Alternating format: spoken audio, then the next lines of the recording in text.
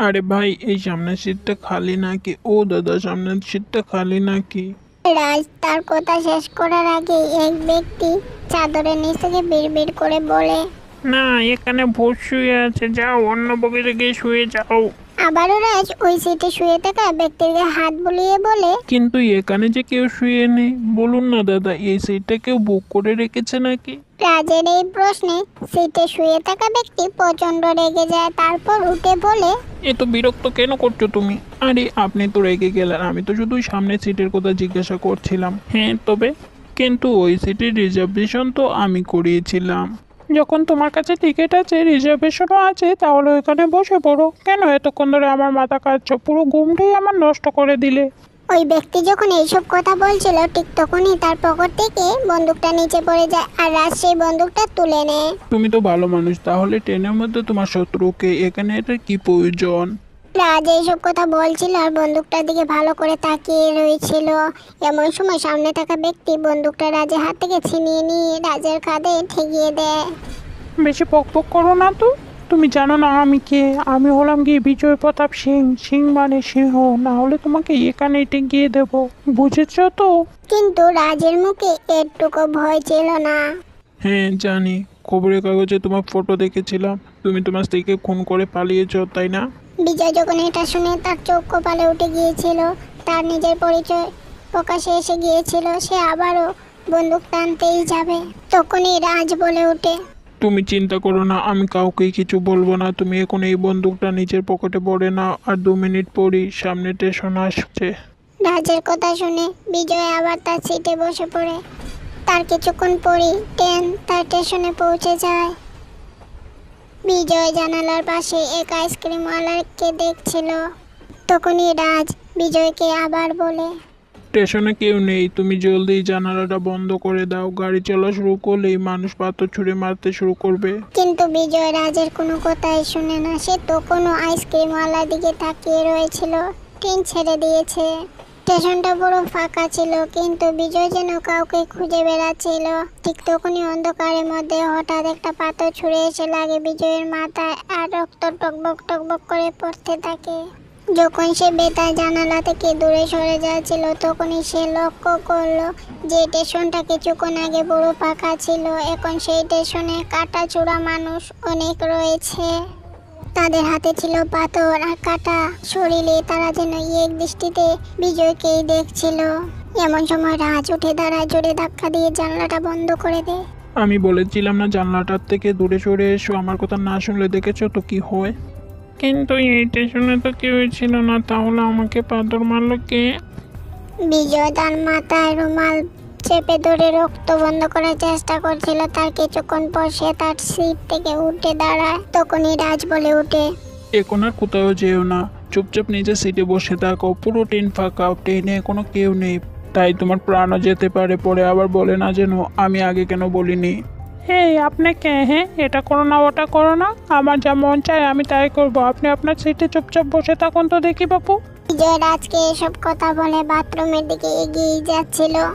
বগির একদম শেষ প্রান্তে বাথরুমটি ছিল। বিজয় আস্তে আস্তে এদিক ওদিক তাকিয়ে সেই বাথরুমের কাছে চলে যায়। সে কাউকে দেখতে পায় না। যখন বাথরুমের কাছে গিয়ে দরজাটা খোলার চেষ্টা করে, দরজাটা তখন খুলে না। অনেকক্ষণ দরজা টানাটানির পর অবশেষে বিজয় সিদ্ধান্ত নেয় বেসিংয়ে গিয়ে তার মাথার ঘাটা পরিষ্কার করবে। সে ট্যাপটা চালু করতেই জলের বদলে সেখান থেকে রক্ত বের হয়। এইসব দেখে বিজয় যেন আকাশ থেকে পড়ে। সে সেখান থেকে সরতেই যাবে, হঠাৎ বাথরুমের দরজা খুলে যায়। কেউ একজন যেন তাকে টেনে ভিতরে নিয়ে যায়। বাথরুমের ভিতরে ঘন অন্ধকার কালো ছায়া ছিল।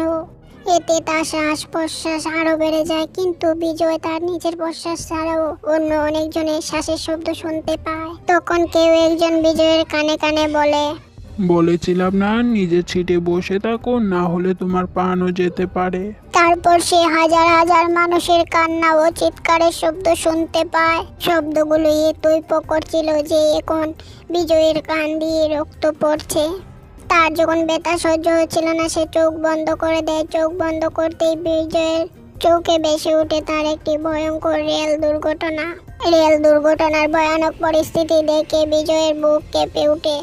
বিজয়ের মনে আরো একটি প্রশ্ন ঘুরপাক খাচ্ছিল, সে ভাবছিল হয়তো আর কখনো সে সেই বাথরুম থেকে বের হতে পারবে না। তখন হঠাৎ করে আপনিতে বাথরুমে দরজা খুলে যায় আর সে আর দেরি না করে তাড়াতাড়ি বাথরুমের বাইরে বেরিয়ে আসে।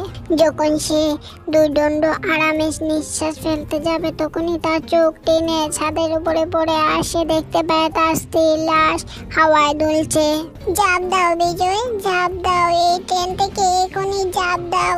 এই ট্রেন তোমাকে জীবিত রাখবে না, এই ট্রেন ভূতে ভরা, তারা তোমার রক্তের তৃষ্ণার্ত।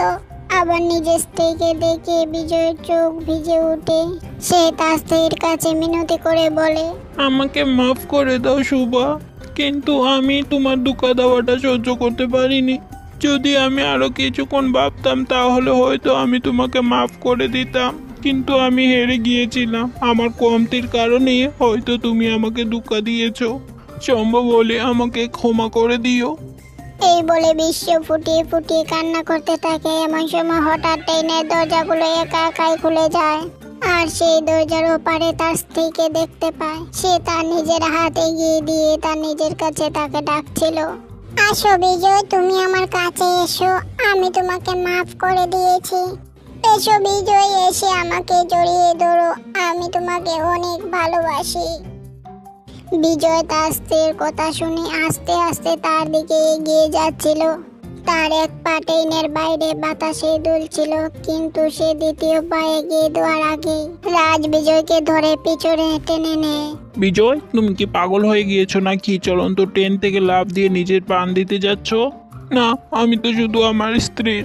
এ কথা বলতে বলতে বিজয় চুপ হয়ে যায়। তার মনে হচ্ছিল রাজ তার কথা বিশ্বাস করবে না, তাই সে এটাকে নিজের মনের ভুল বলে এড়িয়ে যায় আর কথা ঘুরিয়ে বলে, আরে না, কিছু না, আমি তো শুধু একটু বাইরের হাওয়া খাওয়ার জন্য দরজার বাইরে এসেছিলাম। আমার মনোযোগ কখন সরে গেছে আমি বুঝতেই পারিনি। সত্যি তোমার কথা না মানলে আজকে আমার প্রাণ চলে যেত। চলো আবার ছিটে গিয়ে বসি। রাজকে কথা বলে বিজয় আবার সিটের দিকে এগিয়ে যাচ্ছিল। এমন সময় রাজ পিছন থেকে তার হাত আটকে ধরে। সিটে যাওয়ার আর সময় নেই, তাই সিটে আর যেও না।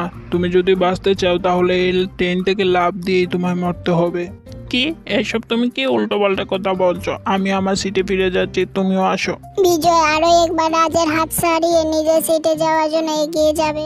তখনই রাজ বলে, তোমার স্ত্রী ঠিকই বলেছিল বিজয়, এই ট্রেন তোমার প্রাণ নিতে চায়।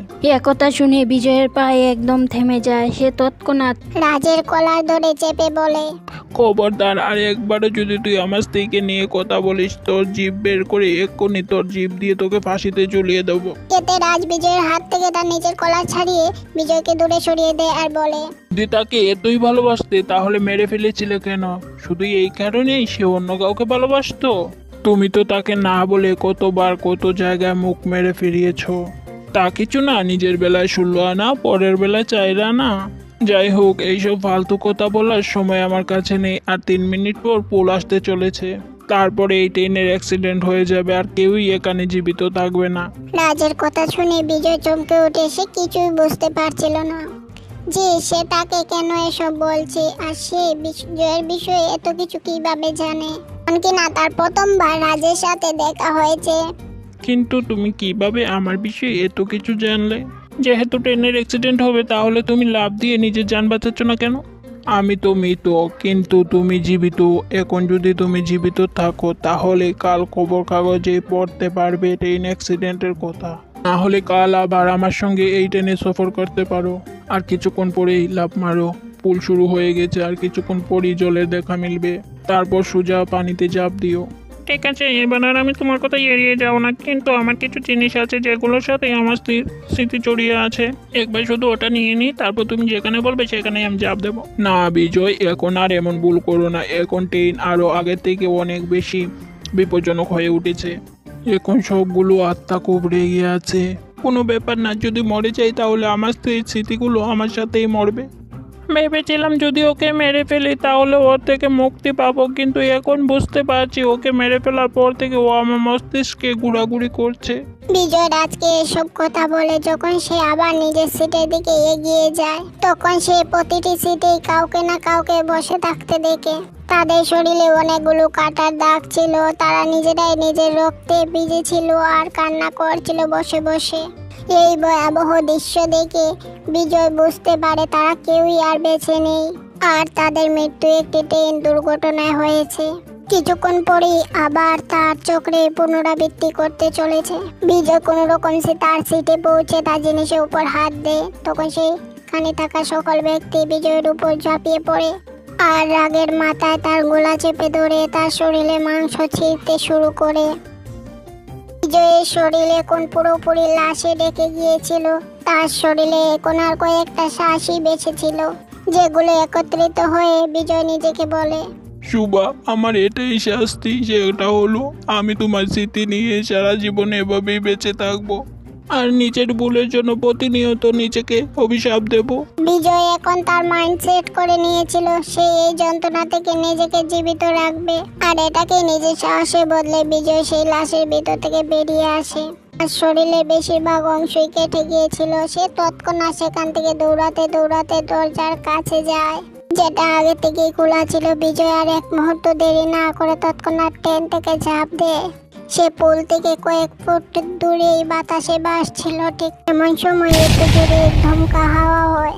সে বাতাসে ভাসতে থাকা অবস্থায় ট্রেনের দিকে তাকায়। এমন সময় সে দেখতে পায় ট্রেনের বগি তার উপরেই পড়ছে, যা শুনে বিজয়ের বুক কেঁপে ওঠে। এমন সময় বিজয় তার চোখ বন্ধ করে নিয়ে আর জলের অতলে তলিয়ে যায়। দুদিন পর অবশেষে বিজয়ের জ্ঞান ফিরে। তখন সে নিজেকে একটি সরকারি হসপিটালে দেখতে পায়, আর সে ভাবতে লাগলো যে তার সাথে যে ঘটনা ঘটেছে তা কি সত্যি কোনো ঘটনা ছিল না কোনো দুঃস্বপ্ন ছিল। এটা জানার জন্য সে খবরের পত্রিকা হাতে তুলে নেয়। তারপর সে জানতে পারে 2023 সালে 4 মাস আগেই একটা রেল দুর্ঘটনা উড়িষ্যাতে ঘটেছিল, যেখানে হাজার হাজার মানুষের প্রাণ গিয়েছিল। যেই দিন বিজয় তার স্ত্রীর খুন করেছিল ওই দিন রেল ঘটনাটা ঘটেছিল।